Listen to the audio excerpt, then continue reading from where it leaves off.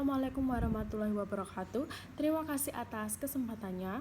Perkenalkan, nama saya Dwi Nur Handayani dengan NIM 2019-21062. Di sini saya akan menjelaskan jurnal yang berjudul Pengaruh Good Corporate Governance terhadap kinerja perusahaan pada sektor keuangan. Baik, yang pertama adalah saya akan menjelaskan latar belakang pembuatan jurnal ini atau latar belakang penelitian ini dilakukan. Di Indonesia sendiri perlu dilakukan pengawasan terhadap perusahaan pada sektor keuangan. Hal ini dimaksudkan agar Indonesia memiliki sistem keuangan yang sehat secara fundamental dan berkesinambungan. Perusahaan pada sektor keuangan ini perlu diawasi juga untuk dapat melindungi kepentingan konsumen dan masyarakat. Sehingga OJK atau Otoritas Jasa Keuangan berinisiatif untuk melakukan upaya pengawasan dengan mewujudkan adanya implementasi praktik tata kelola perusahaan atau Good Corporate Governance yang biasa disingkat dengan GCG. Dengan pengawasan terhadap GCG yang diterapkan pada perusahaan, diharapkan penerapan GCG tersebut diperbaiki dan ditingkatkan agar dapat meningkatkan kinerja perusahaan baik secara finansial maupun operasional. Penelitian ini bertujuan untuk mengetahui apakah terdapat pengaruh GCG yang diproyeksikan dengan Dewan Komisaris, Komisaris Independen, kepemilikan manajerial, dan ukuran perusahaan sebagai variabel kontrol terhadap kinerja perusahaan pada sektor keuangan. Kemudian saya akan menjelaskan tentang agensi teori. Agensi teori menurut Scott 2003 adalah kontrak untuk memotivasi agen untuk bertindak atas nama pemilik ketika kepentingan agen sebaliknya dapat dinyatakan bertentangan dengan kepentingan pemilik. Masing-masing pihak yang terlibat dalam kontrak berusaha untuk mendapatkan yang terbaik bagi diri mereka sendiri. Maka dari itu, hal itu akan menimbulkan sebuah konflik di antara keduanya. Hubungan agen terjadi ketika pelaku menyewa agen untuk melakukan tugas atas nama pemilik. Pemilik pada umumnya mendelegasikan pengambilan keputusan wewenang kepada agen. Agensi teori berkaitan dengan penyelesaian masalah yang timbul dalam hubungan keagenan, yaitu di antara pemilik, misalnya pemegang saham, dan agen dari para pemilik, misalnya eksekutif perusahaan. Masalah ini akan timbul ketika terjadi konflik kepentingan antara pemilik dan agen. Akan tetapi, meski terjadi konflik kepentingan antara pemilik dan agen, masing-masing pihak harus dapat berkomitmen sesuai dengan kontrak yang telah disepakati. Jadi, inti adanya agen ini adalah akan ada sebuah kontrak. Nah, kontrak ini itu berfungsi sebagai motivasi bagi masing-masing pihak, baik pemilik dan agen, untuk melakukan kinerjanya. Jadi semisal mereka memiliki konflik satu sama lain atau seperti berbeda pendapat, mereka tidak akan mencampur adukan konflik tersebut dengan kepentingan manajerial atau kepentingan perusahaan. Jadi mereka dapat memisahkan mana konflik dan mana kepentingan. Jadi tidak tercampur aduk, sehingga konflik tersebut juga tidak akan merugikan perusahaan sendiri. Selanjutnya adalah pengertian Good Corporate Governance. Jadi GCG atau Good Corporate Governance adalah satu set hubungan antara manajemen perusahaan, dewan pemegang saham, dan pemangku kepentingan lainnya. GCG pada dasarnya berkaitan dengan cara semua pemangku kepentingan atau stakeholder berusaha untuk memastikan bahwa para manajer dan karyawan internal lainnya selalu mengambil langkah-langkah yang tepat atau mengadopsi mekanisme yang melindungi kepentingan stakeholder. Selain itu, GCG juga menetapkan bagaimana berbagai pemegang saham dan pemangku kepentingan manajemen dan dewan direksi berinteraksi dalam menentukan arah dan kinerja perusahaan. Tujuan utama dari GCG adalah untuk menciptakan sistem pengendalian dan keseimbangan atau biasa disebut check and balance untuk mencegah penyalahgunaan dari sumber daya perusahaan dan tetap mendorong terjadinya pertumbuhan perusahaan. GCG yang baik harus memberikan insentif yang tepat bagi dewan dan manajemen untuk mengejar tujuan-tujuan bagi kepentingan perusahaan dan pemegang sahamnya, serta memfasilitasi pengawasan yang efektif. Lalu ada Dewan Komisaris. Berdasarkan Undang-Undang Nomor 40 Tahun 2007 tentang Perseroan Terbatas, Dewan Komisaris adalah organ perseroan yang bertugas melakukan pengawasan secara umum dan atau khusus sesuai dengan anggaran dasar serta memberi nasihat kepada direksi. Kemudian pada penelitian ini menggunakan jumlah Dewan Komisaris yang ada dalam perusahaan. Jadi menggunakan jumlah orang di perusahaan tersebut. Selanjutnya ada komisaris independen. Menurut Undang-Undang Nomor 40 Tahun 2007, anggaran dasar perseroan dapat mengatur adanya satu orang atau lebih komisaris independen. Komisaris independen adalah anggota Dewan Komisaris yang tidak memiliki hubungan keuangan, hubungan kepengurusan, hubungan kepemilikan saham, dan atau hubungan keluarga lainnya dengan anggota Dewan Komisaris lainnya, direksi dan atau pemegang saham pengendali, atau hubungan dengan bank yang dapat mempengaruhi kemampuannya untuk bertindak secara independen. Kemudian ada kepemilikan manajerial. Kepemilikan manajerial adalah jumlah kepemilikan saham yang dimiliki oleh pemilik, dewan eksekutif, dan manajemen dalam suatu perusahaan. Untuk mengukur kepemilikan manajerial sendiri itu dengan cara presentasi total saham dari seluruh direktur eksekutif dibanding dengan total saham. Jadi ketika dibagi atau dibandingkan dengan total saham, kita bisa tahu berapa persen kepemilikan manajerial dari seseorang tersebut. Lalu yang terakhir ada ukuran perusahaan. Ukuran perusahaan adalah skala yang digunakan untuk menentukan besar kecilnya suatu perusahaan. Ukuran perusahaan adalah salah satu tolak ukur yang menunjukkan total aset perusahaan. Ukuran perusahaan diukur dengan menggunakan log total aset. Sekian presentasi dari saya dan akan dilanjutkan oleh rekan saya. Terima kasih dan wassalamualaikum warahmatullahi wabarakatuh. Terima kasih atas kesempatannya. Perkenalkan, nama saya Ida Silviana Halimaki dengan NIM 2019-210643. Di sini saya akan melanjutkan presentasi dari rekan saya. Yang pertama yaitu ada Return of Asset atau ROA. ROA yang biasa disebut dengan tingkat pengembalian aset pengerupakan rasio yang digunakan untuk mengukur kemampuan manajemen perusahaan dalam memperoleh keuntungan dengan memanfaatkan keseluruhan total aset yang dimiliki. Rasio ini juga merupakan suatu ukuran tentang efektivitas manajemen dalam mengelola investasinya. Semakin kecil atau rendah rasio dari ROA, maka semakin kurang baik, demikian pula sebaliknya.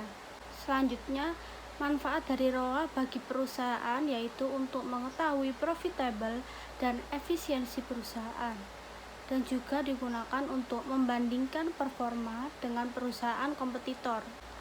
Keunggulan ROA sendiri yaitu yang pertama, perhitungan dengan rumus ROA cenderung mudah dipahami. Jadi, itu memungkinkan setiap orang bisa menganalisis rasio return of asset.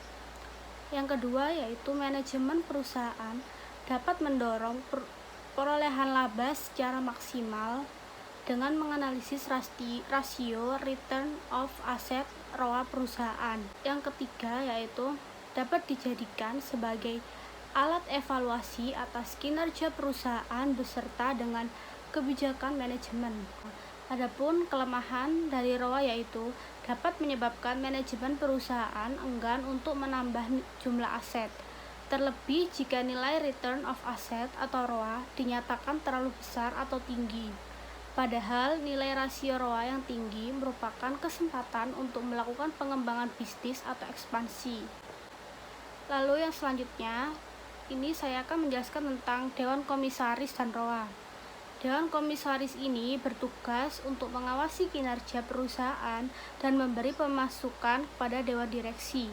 Selain itu, Dewan Komisaris berperan dalam memonitor pelaksanaan GCG dan melakukan perubahan bila perlu. Dengan adanya pengawasan Dewan Komisaris terhadap kinerja manajemen dapat mengurangi tindakan kecurangan dan perilaku oportunistik manajemen karena Dewan Komisaris mengawasi kinerja manajemen agar bertindak sesuai dengan kepentingan pemilik, yaitu meningkatkan return atau laba dan kesejahteraan pemilik yang diukur dengan ROA.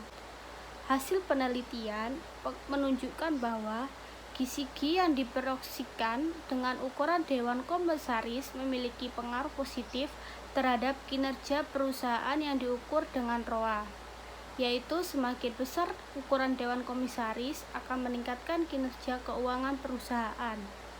Lalu selanjutnya, Komisaris Independen dan ROA. Komisaris Independen ini melakukan peran pengendali dalam mengevaluasi keputusan manajer melalui keterampilan mereka, keahlian pengetahuan dan objektivitas untuk mengurangi biaya agensi dan mengutamakan kepentingan pemegang saham. Komisaris independen juga bertanggung jawab untuk membawa penilaian independen untuk menanggung pada masalah strategi, kinerja dan sumber daya termasuk janji kunci dan standar perilaku. Pengaruh komisaris independen terhadap ROA yaitu semakin besar jumlah dari komisaris independen dalam perusahaan menyebabkan manajemen perusahaan tidak dapat melakukan kecurangan sehingga kinerja perusahaan bagus dan sehat. Lalu yang ketiga yaitu ada kepemilikan manajerial dan ROA. Jadi dengan adanya kepemilikan bagi manajemen, hal tersebut akan meningkatkan motivasi manajemen untuk bekerja dengan lebih baik dalam meningkatkan kinerja perusahaan. Manajemen juga akan lebih berhati-hati dalam mengambil keputusan agar tidak merugikan perusahaan. Pengaruh kepemilikan manajerial terhadap ROA yaitu semakin besar kepemilikan manajer, maka manajer akan berusaha maksimal untuk meningkatkan laba perusahaan.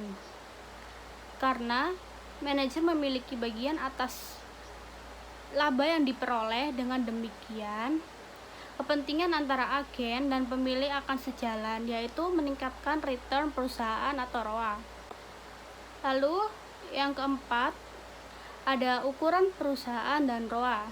Perusahaan-perusahaan besar memiliki akses pasar yang lebih baik daripada perusahaan kecil dan memiliki kegiatan operasional yang lebih besar, sehingga kemungkinan untuk menghasilkan keuntungan yang lebih besar yang dapat meningkatkan kinerja perusahaan.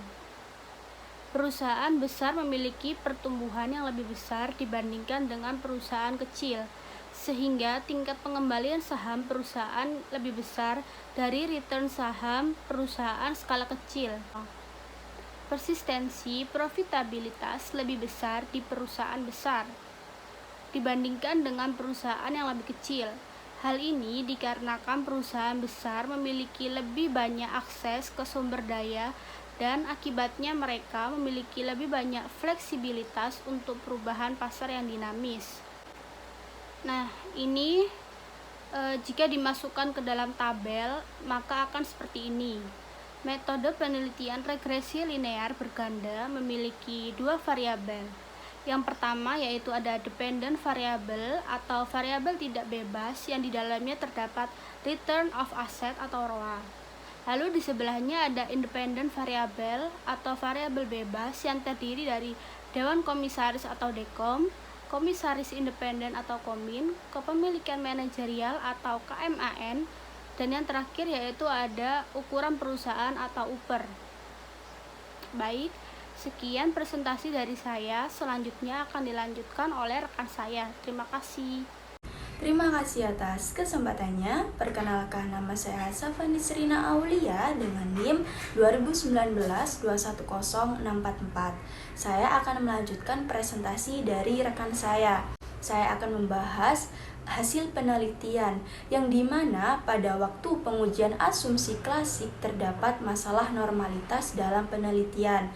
Nah, oleh karena itu dilakukan penghapusan data outlier agar distribusi data menjadi normal. Berikut adalah data deskriptif statistik untuk variabel yang digunakan dalam penelitian ini setelah memenuhi uji asumsi klasik.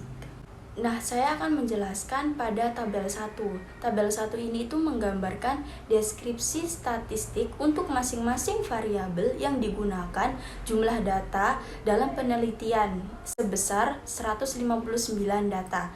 Rata-rata jumlah DECOM atau Dewan Komisaris Perusahaan Sektor Keuangan adalah 4,3145. Rata-rata proporsi komisaris independen cukup besar, yaitu 53,5%. Nah, rata-rata presentasi kepemilikan manajerial cukup rendah, hanya sebesar 2,29%. Rata-rata ukuran perusahaan sektor keuangan sebesar 12,86. Sedangkan rata-rata ROA perusahaan sektor keuangan yaitu sebesar 0,0249. Berdasarkan tabel 2, rata-rata Dewan Komisaris Subsektor Bank berjumlah 5 orang. Lembaga pembiayaan memiliki rata-rata komisaris 4 orang. Perusahaan efek dan asuransi masing-masing memiliki rata-rata Dewan Komisaris sebesar 3 orang. Dan rata-rata ROA subsektor akuntansi memiliki nilai yang paling tinggi dibandingkan dengan subsektor keuangan lainnya. Pada tabel 3, uji F ini dilakukan untuk mengetahui pengaruh variabel independen secara bersama-sama atau simultan terhadap variabel dependen. Dari tabel 4.10 dapat dilihat bahwa hasil dari uji F adalah sebesar 13,473 dengan signifikan 0,000. Hasil signifikan ini pada tingkat 0,01. Nah, dapat disimpulkan bahwa variabel independen yaitu Dewan Komisaris, Komisaris Independen, kepemilikan manajerial, dan ukuran perusahaan secara bersama-sama berpengaruh signifikan terhadap variabel dependen. Terima kasih, selanjutnya akan dilanjutkan oleh rekan saya.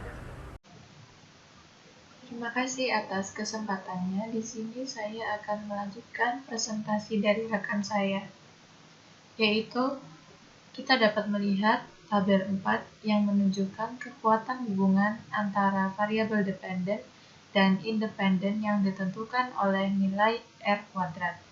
Nilai R kuadrat sendiri dapat dilihat pada tabel 4.5 pada kolom adjusted R square, yaitu sebesar 0,24. Hal ini berarti kekuatan hubungan antara variabel dependen dan independen dalam model regresi sebesar 24%. Sisanya yaitu 100% kurangi 24%, yaitu sebesar 76%. Dijelaskan oleh variabel yang lain. Hal ini disebabkan oleh banyak sekali faktor yang dapat dipengaruhi ROA, seperti misalnya dalam penelitian Sudiatno menyatakan bahwa risiko kredit dapat mempengaruhi ROA. Penelitian lain menurut Rahman dan Shah menyatakan bahwa leverage juga dapat mempengaruhi ROA. Selain itu, growth, total factor productivity, dan firm age dapat mempengaruhi ROA. Lalu selanjutnya kita dapat melihat pada tabel 5, yakni tentang hasil penelitian hipotesis. Berdasarkan hasil penelitian, Dewan Komisaris tidak berpengaruh signifikan terhadap ROA. Hal ini berarti jumlah Dewan Komisaris tidak berpengaruh terhadap ROA. Berdasarkan hasil penelitian, ditemukan bahwa komisaris independen berpengaruh negatif signifikan terhadap ROA. Hal ini menunjukkan bahwa semakin tinggi proporsi komisaris independen, maka ROA hasil penelitian ditemukan bahwa ukuran perusahaan berdampak negatif signifikan terhadap ROA. Hal tersebut berarti semakin besar ukuran perusahaan, maka ROA menjadi semakin rendah atau turun. Lalu selanjutnya untuk hasil kesimpulan dari presentasi kali ini yaitu yang pertama, variabel independen antara lain Dewan Komisaris, Komisaris Independen, dan kepemilikan manajerial dengan variabel kontrol ukuran perusahaan secara bersama-sama berpengaruh secara signifikan terhadap variabel dependen yaitu ROA. Lalu yang kedua, secara individual, Dewan Komisaris dan kepemilikan manajerial tidak berpengaruh signifikan terhadap ROA. Maka semakin besar Dewan Komisaris dan kepemilikan manajerial, maka tidak mempengaruhi jumlah ROA yang dihasilkan. Lalu yang ketiga yaitu sedangkan Komisaris Independen dan ukuran perusahaan berpengaruh negatif signifikan terhadap ROA. Semakin besar Komisaris Independen dan ukuran perusahaan, maka ROA yang dihasilkan semakin kecil atau menurun. Sekian presentasi dari kelompok kami. Terima kasih. Wassalamualaikum warahmatullahi wabarakatuh. Don't forget to start your day with a smile. Thank you.